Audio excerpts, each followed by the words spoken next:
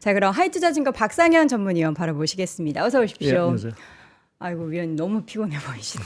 네. 예, 어제 아니, 일단 어제 국장이 더 심했잖아요. 그렇죠. 네. 이건 거의 이례적이가 아닙니까? 처음 있는 일 아닙니까? 이렇게 코스닥이 막 11% 하락하고 전체 시총이 뭐 230조 원이 날아갔다는데 이거는 금융위기보다 더 심한 폭락 아닙니까? 하루짜리 예, 기준으로. 뭐 하루 기준으로 보게 네. 되면 상당히 큰 폭의 낙폭을 좀 기록했고요. 그렇죠. 어제 사실은 이제 국내 증시가 뭐 낙폭이 사실은 크게 시작을 했지만 그 낙폭 자체를 더 키웠던 가장 중요한 요인 중에 하나는 또 이제 일본 증시가 그렇죠. 뭐 12% 넘게 사실 한 나라 주가가 그렇게 12% 이렇게 폭락한다라는 건 뭐 우리나라도 뭐 11%가 코스닥이 떨어지긴 했지만 네. 상당히 이제 큰 충격이 왔다라고 봐야 될 것 같고요. 뭐 우리 일부에서 뭐 나라가 망하지 않았는데 이렇게 주가가 급락하느냐라는 어떤 표현까지도 사실은 쓴 이런 상황들인 것 같습니다. 네. 근데 뭐 결론적으로 말씀드려서 저는 뭐 오늘 뭐 말씀을 드리겠지만 이게 경기 침체 뭐 이러한 어떤 위기의 어떤 그러한 과거의 어떤 크레딧 이벤트와 같은 신용 이벤트와 같은 모습이라기보다는 사실 좀 유동성 충격으로 사실은 저는 좀 판단을 하고 있습니다. 그건 이제 유동성 예, 그러니까 엔화가 제가 워낙 순식간에 좀 강세로 전환이 되면서 결국 이제 일본의 유동성 사실 뭐 일본이 아시겠지만 유동성을 그동안 상당히 많이 이제 푸는 정책을 펴왔던 부분이 뭔가는 이제 더 이상 그것을 기대하기 어렵다라는 측면에서 일단 상당한 그 엔화 우리가 엔캐리 트레이드라고 하죠. 그러니까 그러한 것들이 차익 실현에 나선 것들 자체가 기본적으로 뭐 미국 증시보다 다른 나라 증시, 그러니까 특히 이제 일본 증시라든지 아시아 증시 자체가 상당히 좀 폭락했던 어떤 계기들이 되지 않았나라는 좀 개인적인 생각을 좀 하고 있습니다. 전체 시장에 대한 뭐 경기 침체 우려가 드리워진 것도 문제가 됐지만 수급적으로 있어서 네.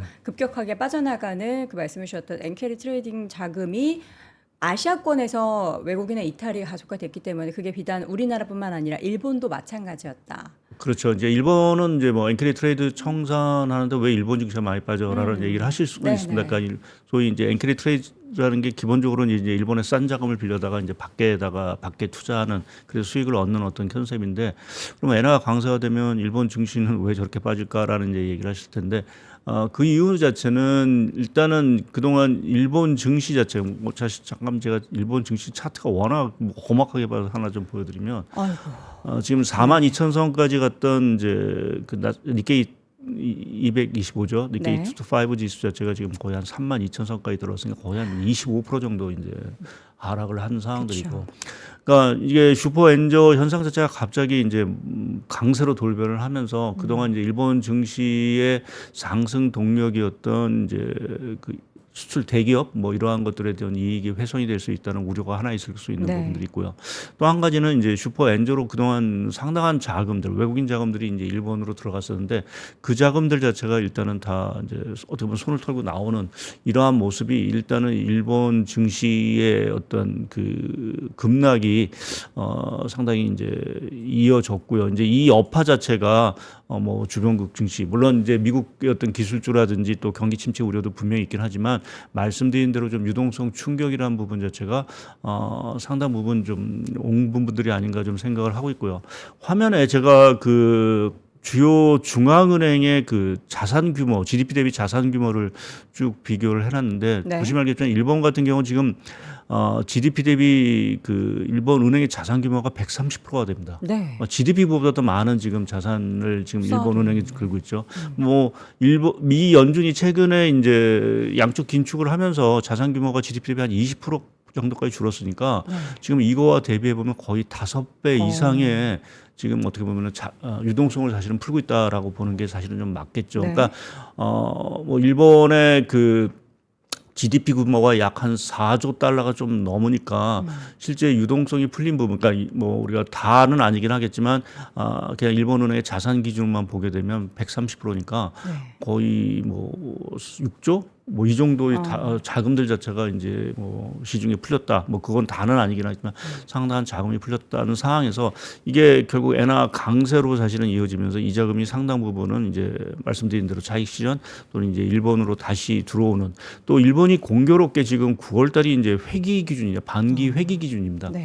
그래서 이게 9월을 앞두고 있어서 이러한 어떤 좀 해외에 나가 있는 자금들 자체가 이제 다시 이제 좀 계절적으로 좀 들어오는 시기들이 좀 맞물리기 시작을 했다라는 부분도 조금 이러한 유동성 충격 자체를 상당 부분 좀 글로벌 증시에 타격을 주는 네. 하나의 좀 빌미가 되지 않았나 좀 생각을 하고 있습니다. 그러니까 이제 우리나라나 일본, 뭐 아시아권을 그렇다 손 치면 미국 같은 경우에는 이제 상대적으로 덜 빠지긴 했지만 네. 어쨌든 그래도 연속적인 하락세가 지금 지속이 네. 되고 있습니다. 그 이제 배경으로는 계속 이제 주말 내내부터 얘기했고 어제도 종일 얘기했는데 경기 침체. 근데 그게 이제 우리나라가 더 심각하게 좀 그걸 반영을 하고 있는 것 같기도 해서 우리 위원님께서 보시기에는 어떻게 지금, 그러니까 물론 오늘 당장 지금의 미국 경기 침체다는 아니지만 곧 정말 우리가 우려할 만한 경기 침체가 지금 다가오고 있다고 생각을 하십니까? 뭐 결론적으로 말씀, 저는 아직은 경기 침체 리스크 자체가 크지는 않다라고 보고 있고요. 네. 물론 이제 최근에 이제 실업률 상승, 특히 이제 지난 주부터 사실은 이제 뭐 FOMC에서 고용 얘기를 사실은 좀 많이 강조를 했고, 네. 뭐 우연의 일치인지 모르겠지만 하여튼간 지금 우리가 금요일날, 지난주 금요일날 받았던 이제 실업률, 그러니까 지난 실업률 지표 자체가 워낙 사실은 올라가면서 소위 이제 샴 룰이라고 얘기를 하죠. 샴의 법칙. 예, 샴의 법칙 뭐 이러한 것들이 예. 갑자기 부각이 된, 그러니까 특히 샴의 법칙이라는 게 뭐 많이들 아실 텐데 뭐 단순하게 얘기해서 실업률 저점 대비해서 0.5% 실업률이 네. 올라가면 이제 침체 들어간다. 뭐 과거의 경험들 자체가 대부분 이제 그러한 것들을 통계적으로 증명을 했기 때문에 이번의 경우도 결국 이제 침체가는 게 아닌가라는 이제 우려의 목소리 자체가 상당히 커졌다라는 것이 일단은 이제 경기 침체 리스크를 좀 자극한 것 같고요. 근데 그 어제 이제 뉴스라, 특히 이제 이 샴의 룰을, 샴의 법칙을 만든 그 샴 이제 이코노미스트죠, 그 페드, 예, 자체가 뭐 당장은 본인도 당장은 이제 경기 침체가 갈 가능성이 크지 않다라고 이제 얘기를 이제 뉴스에서 좀 밝힌 부분들을 좀 보게 되면, 네. 물론 이제 이게 뭐 침체 간다, 뭐 이게 완전히 안 간다라고 뭐 말씀하신 건 아니긴 하지만 여하튼 좀 가능성을 좀 낮게 본 부분에 있어서는 이게 우리가 팬데믹이라든지 이러한 과정을 거치면서 노동시장이 과거와는 상당히 많이 달라졌습니다. 그러니까 지금도 여전히 미국은 뭐 노동시장 자체가 이전에 비해서는 상당히 그뭐 공급이라든지 이런 것들이 늘어나긴 했지만 여전히 노동력이 부족에 사실은 시달리고 있는 그러한 상황들이기 때문에 과거에 이러한 규칙들 자체를 이번에도 적용을 해야 될지에 대해서는 조금 이제 미지수인 부분들이 있겠죠. 그래서 물론 이 법칙 자체가 맞을 수는 분명히 있긴 하지만 이것이 당장 미국 경기의 침체로 가는 어떤 그 뭐 정말 임박한 시그널로 저희가 해석하기에는 좀 무리가 있다라고 좀 저는 보고 있고요. 네. 그 고용 지표와 관련돼서 사실은 저도 이제 뭐 이 자리도 나와서 뭐 말씀을 좀 드렸던 건데 약간 좀 흔들리고 있는 부분은 분명했던 부분들인 것 같고요. 계속 그러니까 다양한 지표들이 있었는데 예. 좋았던 것도 있고 안 좋았던 것도 있었는데 이번에 지표가 어쨌든 숫자가 딱 찍히는 것 자체가 4.3이라는 게 네. 그게 엄청 부담스러운 숫자인가요? 뭐 조금 이제 상승 속도 자체가 사실은 빠르죠. 그러니까 우리가 뭐 3.6에서 사실은 네. 뭐 3.56 이러한 수치를 보다가 최근 한 3, 4개월 동안 가파르게 올라가면서 이게 4.3까지 사실은 올라갔다라고 보면은 속도 자체는 사실은 좀 빠른 빠르다. 부분들인데 전체적인 어떤 수준 측면에서 보게 되면 사실은 그렇게 높은 상황들은 아닌 것으로 판단을 할 수 있는 부분들이 있고요. 그 또 하나는 이제 우리가 실업률만 사실은 보게 되는데 우리가 그 일자리 수라든지 이러한 것들은 물론 이제 시장 예상치를 하회를 했겠지만 여전히 10만 건 넘는 지금 일자리 자체가 계속해서 이제 나오고 있는 상황들이어서 지금 고용 시장 자체가 완전히 뭔가 붕괴되고 하는 이러한 상황들은 좀 저는 아니다라는 쪽에 좀 판단을 하고 있고요. 또 하나 사실은 제가 좀 이제 그 미국의 경기 침체와 관련돼서 그 좀 중요하게 보는 그 고용 지표 하나가 매주 발표되는 이 주간 실업 청구 건 수치입니다. 요 화면에 제가 그 파란색으로 역축으로 사실은 그려놨는데요. 네. 이게 지난주에 상당히 조금 예상보다 사실 또 많았죠. 한 34만 9천 건이 나왔으니까, 그렇죠. 24만 9천 건이 나왔으니까 상당히 조금 이제 시장 예상치를 컸는데, 제가 이거를 말씀드리는 거예요. 과거에 이 주간 실업 청구 건수가 얼마 정도 돼야 그럼 우리가 경기 침체에 들어갔느냐라고 보면 최근 한 3번의 경기 침체를 보게 되면 평균적으로 보게 되면 한 35만 건 이상 정도가 나와야 됩니다. 그러니까 앞으로도 한 10만 건과의 어떤 갭이 있다라는 얘기죠. 그러니까 미국의 고용시장 자체가 둔화가 되고 있는 건 분명하긴 하지만 네. 지금의 뭐 실업률 수준이라든지 또 말씀드린 이 주간 실업 청구 건수의 어떤 수준을 보게 되면 아직 경기 침체와는 상당히 괴리감이 있다라는 부분에서 보면 우리가 당장 뭐 특히 이제 향후 한 6개월 내에 미국 경기가 과연 침체로 갈 수 있을지라는 부분에 대해서는 저는 불확실하다라는 좀 생각을 좀 갖고 있고요.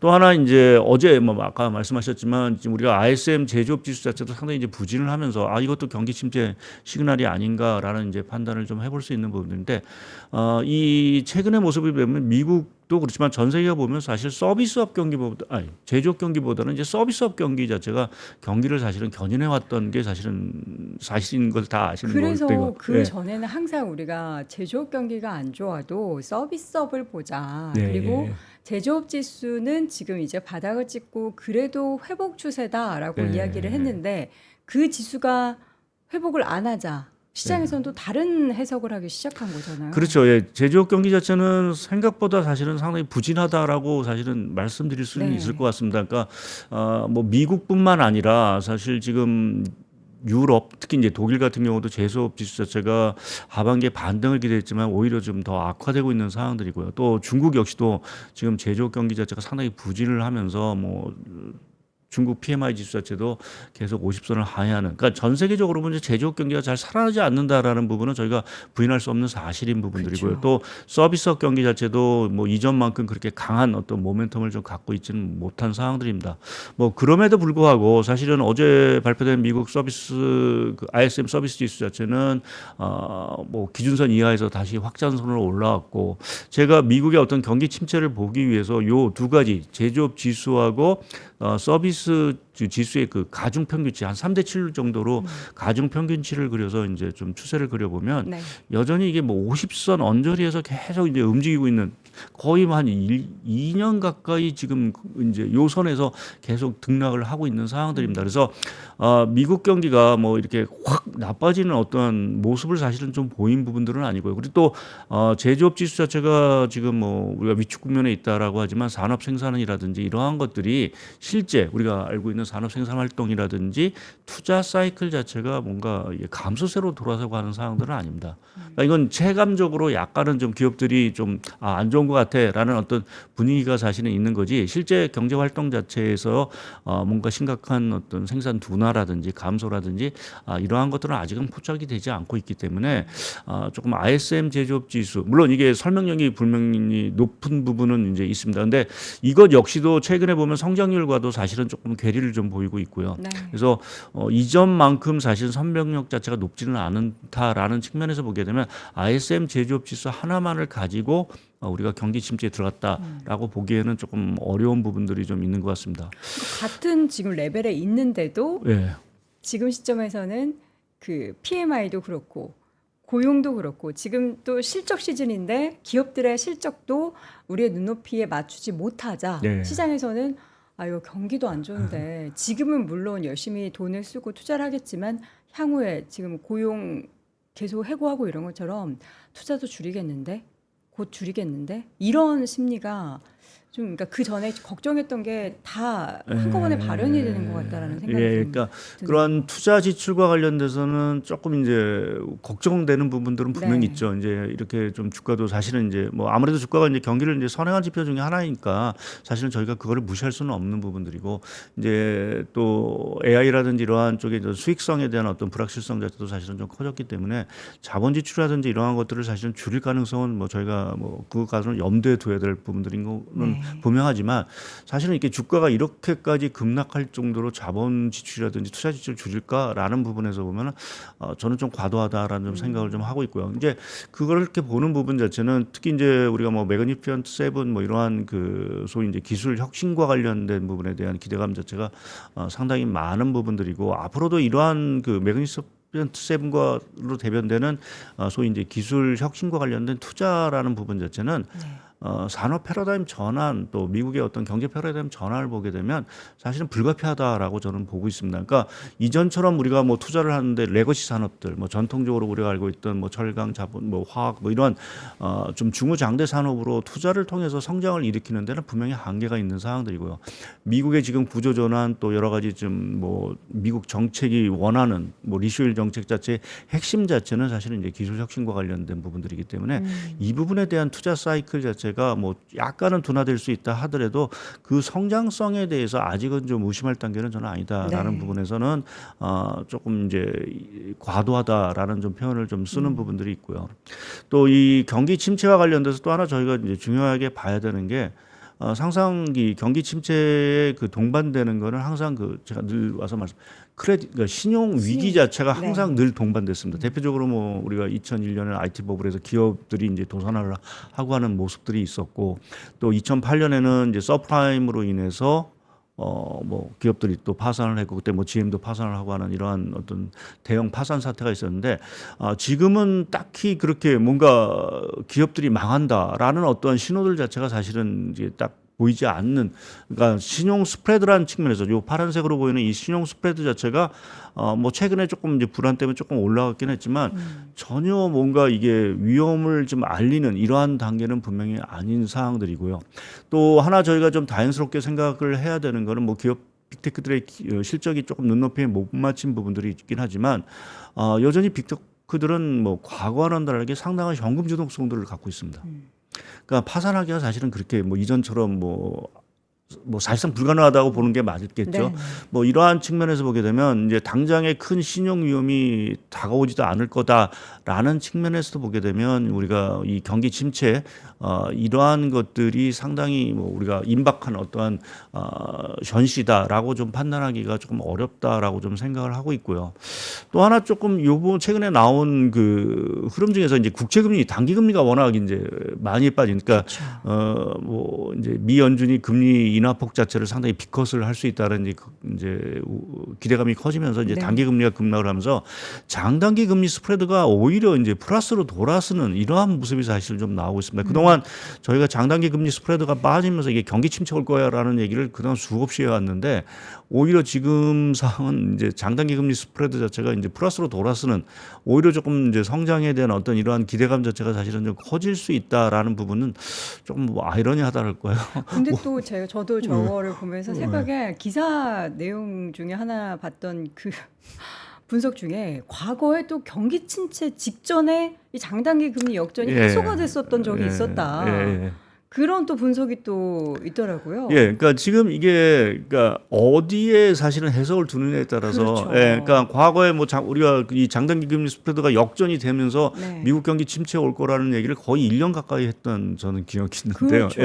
그러다가 또 이제 장단기 금리 스프레드 플러스 되니까 과거에 그것이 이제 플러스로 돌았을 때 경기 침체가 왔다. 이거는 사실은 이제 경제 상황에 따라서 사실은 다를 수 있는 부분들이어서 또 한편에서 보면 이 의미 자체는 이 장단기 금리 스프레드 역전 됐다는 건 그만큼 미 연준이나 중앙은행들 자체가 선제적으로 사실은 금리 인하라든지 이런 것들 경기를 방어해 줄 수 있다라는 시장의 기대감을 사실은 좀 반영을 했다라고 좀 보시는 게 좀 맞을 것 같습니다. 실제로 저희가 9월 달에 뭐 25bp 정도 이제 금리 인하를 이제 생각을 했다가 이제는 다들 50bp 뭐 금리 인하 또 올해 뭐 한 차례 두 차례가 아니라 이제 뭐 세 차례 정도의 어떤 금리 인하를 계속 될 거다라는 어떤 심리가 사실은 좀 이제 반영이 되면서 이 장단기 금리 스프레드 자체가 이제 돌아섰기 때문에 말씀하신 대로 이거를 뭐 부정적으로 해석해서 그렇게 미 연준이 그렇게 경기가 안 좋으니까 그렇게 금리를 내릴 수밖에 없기 때문에 이 장단기 그 스프레드가 자체가 플러스 돌아섰다라고 해석할 수도 있고 반면에 이제 경기 침체를 막기 위해서 연준이 서둘러서 금리를 내리면서 경기 침체를 막아줄 거야라는 어떤 심리 자체가 반영됐다라고 하면 또 긍정적으로 해석할 수 있는 부분들이 있어서 네. 근데 저는 사실은 좀 부졌죠. 그러니까 지금 연준이라든지 이러한 중앙은행 자체의 어떤 지금 금리 어떤 횡보 자체는 저는 사실은 생각보다 저는 좀 빠르다라고 좀 생각을 하고 있습니다. 당초 뭐 이러한 사태가 없었어도 9월에 네. 사실은 금리를 인하할 게 거의 100%였던 사실이고 또 다른 중앙은행들이 9월달에 추가적으로 20비 같은 경우도 이제 그 금리를 이제 추가적으로 내릴 수 있는 그 가능성이 있어서 과거에 비해서는 중앙은행들 자체가 선제적으로 사실은 움직이고 있다라는 부분 자체도 오히려 좀 우리가 어떤 시장의 방어막 뭐 이러한 역할 자체가 상당히 좀 강화될 수 있다라는 부분에서는 우리가 경기 침체에 대한 리스크 이러한 것들을 상당 부분 좀 막아줄 수 있는 부분들인 것 같고요. 또 하나 무엇보다 중요한 게 사실은 이제 실물 소비인데요. 네. 사실은 7월 달에 미국 자동차 판매 증가율을 보게 되면 6월 달보다 많이 늘어났습니다, 오히려. 1,520만 대 6월 달에 팔렸던 게 7월 달에 한 1,580만 대 정도까지 올라갔으니까 네. 실제 소비 활동이라든지 이러한 것들은 위축되는 부분들이 사실은 없다라는 거죠. 아까 뭐 샤메 룰을 법칙을 얘기하면서 그것을 만든 분도 지금 미국의 소비 경기라든지 이런 것들이 여전히 탄탄하다. 그래서 당장 이제 미국 경기 침체갈 가능성은 이제 커 보이지 않는다라고 얘기했듯이 뭐 계속 말씀드리지만 산업 활동도 그렇고 실물 뭐 소비 활동도 그렇고 전체적인 실물 자체가 그렇게 뭔가 크게 위축되는 모습은 보이지 않는다라는 부분은 우리가 그래도 조금 이 경기 침체와 관련돼서는 조금 너무 이렇게 두려움을 갖고 당장 이제 이것에 대해서 공포심을 가질 필요는 좀 네. 없지 않을까. 오히려 뭐 미국 경기가 다소 조금 이제 뭐 이런 표현을 많이 쓰죠. 소프트 패치라고 해서 일시적으로는 어떤 둔화 네. 뭐 이 정도의 흐름으로 사실은 조금 이번 상황이 좀 지나가지 않을까라는 게 제 개인적인 생각입니다. 지금 하나하나 우리가 따져보면은 당장에 그러니까 뭐 다음 달에 혹은 뭐 2달 안에 연말 안에 경기 침체 아직은 아니다 모두들 얘기를 하고는 있지만 시장이 이렇게 공포에 휩싸여 있고 그리고 투매가 나오고 패닉셀이 나오고 시장이 많이 그만 하락하는 가장 결정적인 요인은 뭐라고 보십니까? 예, 뭐 그게 전반적으로 맞물리긴 했습니다. 사실은 뭐 경기 침체 얘기도 나오고 뭐 지금 2분기 실적이 나오면서 이제 빅테크에 대한 어떤 실적 우려라기보다는 향후에 대한 어떤 성장성에 대한 우려가 네. 사실 좀 더 정확한 표현이 되겠죠. 거기다 사실은 올 하반기에 좀 기대를 했던 non-US 경기의 회복 자체가 조금은 이제 오히려 좀 이제 물 건너가는, 그러니까 특히 이제 중국이라든지 유로 경기 자체가 상당히 오히려 안 좋아지면서 하반기에 어떤 경기 만등 쪽을 미국 위에 쪽에서 사실은 기대했는데 사실은 그게 쉽지 않다. 근데 그나마 또 버티기던 미국마저도 최근에 조금 이제 흔들릴 수 있다라는 것이 어찌 보면 이제 경기에 대한 우려를 자체를 상당히 조금 이제 심화시킨 부분들이 있고요.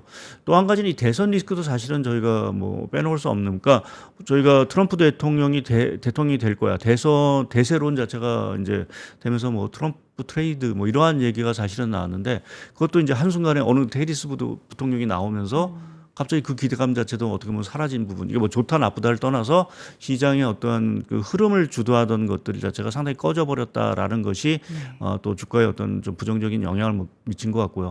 거기에 결정적인 거는 아까도 말씀드렸듯이 저는 이제 엔화의 같은 강세, 유동성 충격으로 사실은 좀 보는 부분들이죠. 그러니까 이게 공교롭게 지난주에 뭐 FMC에도 있었지만 BOJ 회의가 그 BOJ 회의 자체는 그렇게 매파적이지는 않았습니다. 그러니까 네. 조기 금리를 인상을 했지만 양적 그 완화의 축소 계획들 자체를 시장이 예상했던 것보다는 상당히 장기적으로 끌고 가면서 생각보다는 상당히 좀 결정 자체가 완화적이지 않나라는 쪽에서의 시장 분위기가 있었는데 그 분위기 자체를 상당히 뒤집은 거는 우에다 총재 기자회견이었습니다. 네. 우에다 총재가 이제 얘기를 하면서 이제 뭐 언제든지 금리를 추가적으로 인상을 할 수 있다. 그러니까 엔을 언제든지 강하게 끌고 갈 수 있다라는 어떠한 얘기가 사실은 나오면서 그거를 빌미로 해서 엔화 가치 자체가 그때부터 급등을 이제 시작을 한 부분들이죠.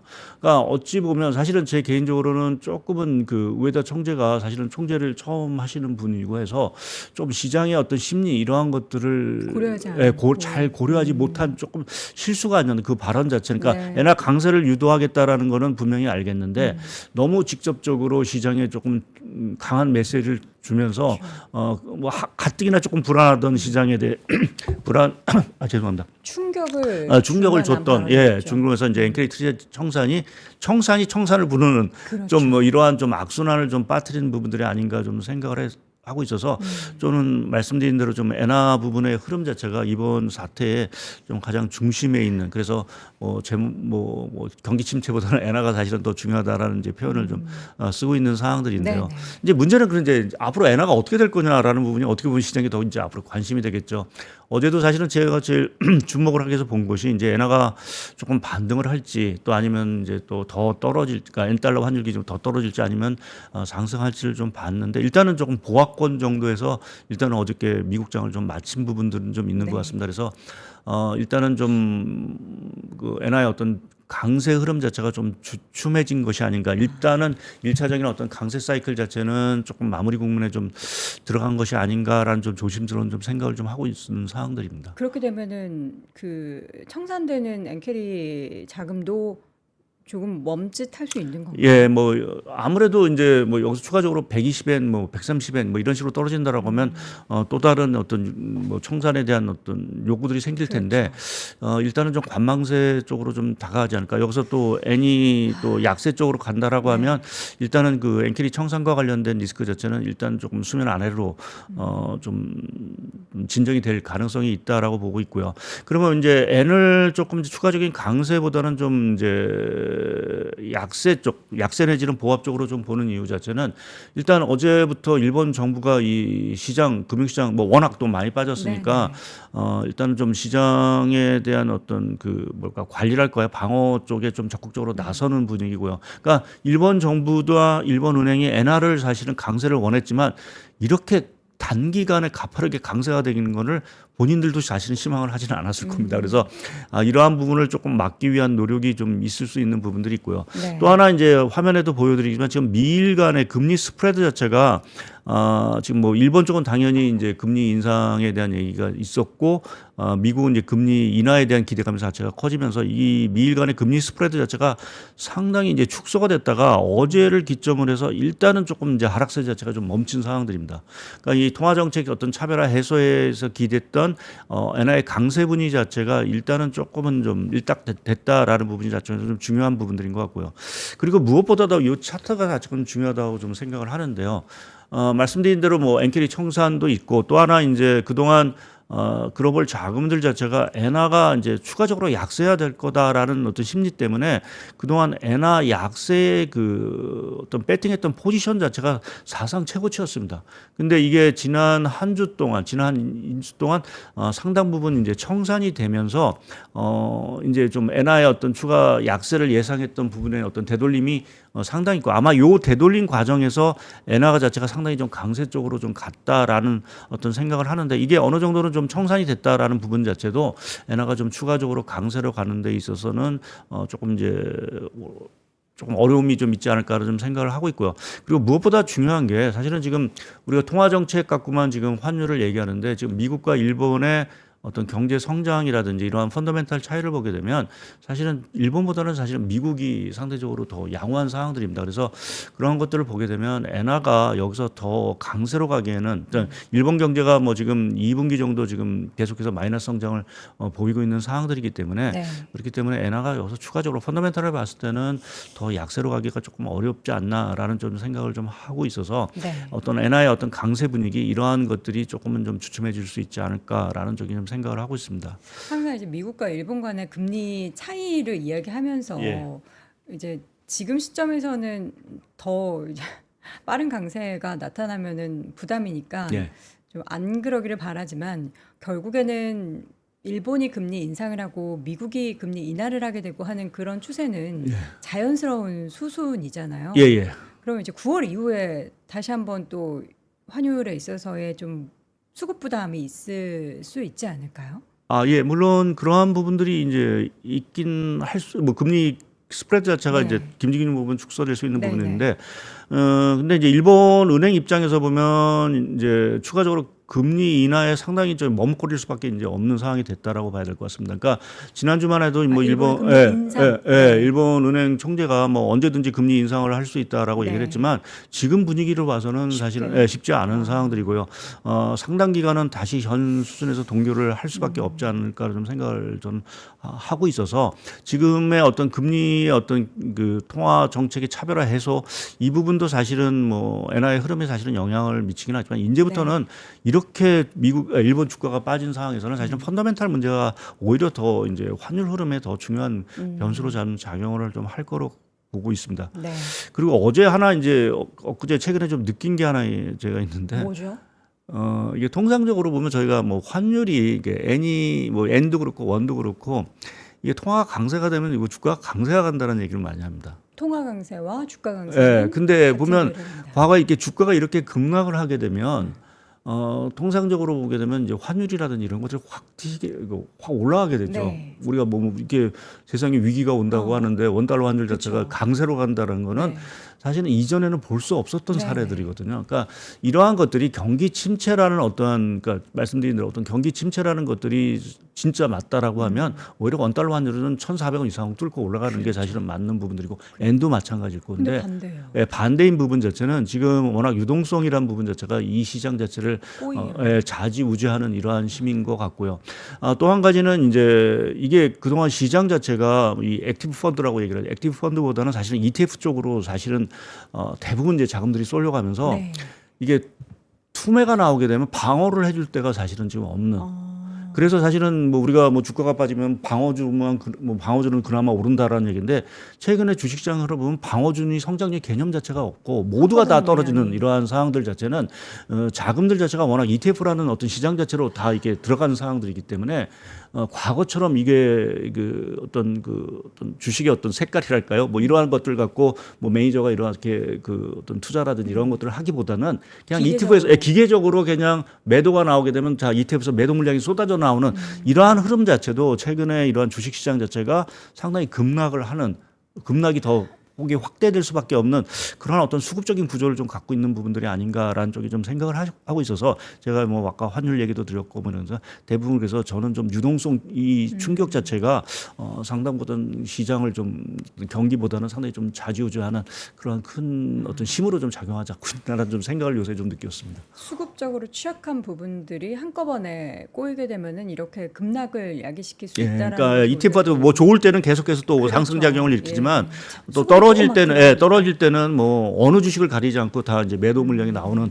이러한 좀 과거와는 다른 어떤 수급 구조를 사실 좀 갖고 있는 상황들이죠. 어떻게 그러면은 이제 한 차례 급락은 좀 이렇게 마무리가 될까요? 뭐 이게 좀 다들 이제 우려는 게 급락을 했는데 이제 반등을 좀 시킬 수 있는 이제 모멘텀 자체가 사실은 딱히 보이지 않는 게 좀 답답한 부분들은 좀 분명히 있습니다. 그러니까 우리가 금리 인하를 사실은 얘기를 하지만 사실 금리 인하는 어느 정도는 저는 사실은 조금 반영이 된 부분, 뭐 이미 좀 반영이 된 부분들이 있어서 지금은 사실은 저희가 조금 확인해 나가야 될 부분 자체는 일단 경기 침체는 아닐 것 같다라는 어떤 확신이 드는 지표들을 저희가 조금 확인하는 이 단계들이 좀 필요하지 않을까라는 쪽이 좀 생각을 하고 있어서 요새 좀 말씀드리는 건 한 두 가지 지표를 좀 보자라는 게 아까 서두에서 말씀드렸듯이 미국의 그 주간 실업 청구 매주 발표되는 이 주간 실업 청구 건수 자체가 더 크게 상승하지 않고 그냥 완만하게 유지가 되더라. 그러니까 고용 시장 자체가 더 허물어지지 않을 거다라는 어떤 확신이 하나 필요한 부분들이고 또 말씀드리는 유동성과 관련돼서는 이 엔의 흐름 자체를 조금 더 주시하자라는 쪽에 좀 말씀을 좀 드리고 있습니다. 자, 여기서 그래도 이제 희망의 불꽃을 제가 조금만이라도 한번 찾아보려고 미지은 씨 지금 애프터마켓 시장 계속 보고 있었는데 일단 AI 관련한 소프트웨어 수요가 그래도 계속해서 견조하게 이어진다. 줄어들 기미가 보이지 않는다. 라면서 향후에 상향, 그러니까 실적 추정치를 상향한 팔란티어 같은 경우에는 주가가 14% 급등 보이고 있고요. 루시드 그룹 같은 경우에도 지금 실적의 탑라인을 상회하면서 급등 보이면서 9%대 강세입니다. 이러한 또 각각 기업들의 실적 발표 내용이 시장의 또 심리를 조금이나마 완화시키는 데 도움이 되기를 바라봅니다. 자, 오늘 글로벌 인터뷰 첫 번째 시간 하이투자증권 박상현 전문위원과 함께했습니다. 위원님 너무 고맙습니다. 감사합니다. 네. 박근영, 이선영, 차경인, 염승환 투자 마스터들의 세심한 케어로 건강한 투자 습관을 만드세요.